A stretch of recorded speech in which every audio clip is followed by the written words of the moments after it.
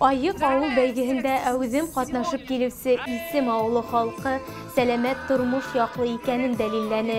Ошо көндәрдә авыл янында саңгы ярышы буенча спорт байрамы узгарылды.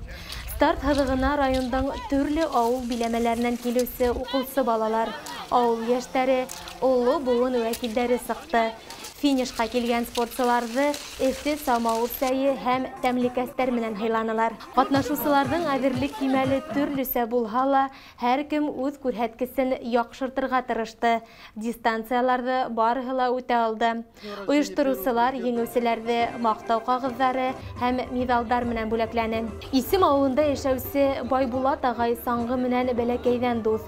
Бу көндә ул үзенең яшьтәшләре арасында икенче урынга чыкты.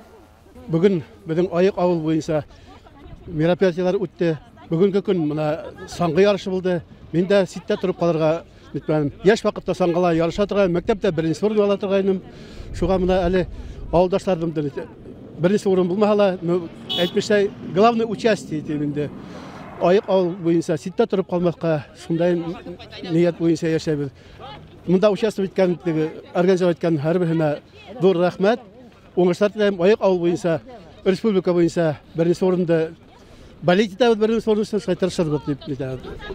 Оңыштар болар дейді. Әрбіріне рахмет дур, итәнлік аулық тілейм. Исем авылында Айык авыл бәйгеһенә арналган саралар артабанда дәвам итәсәк. Буларнала исемдәр кышты озату юлаһын узгарырга ниятләй.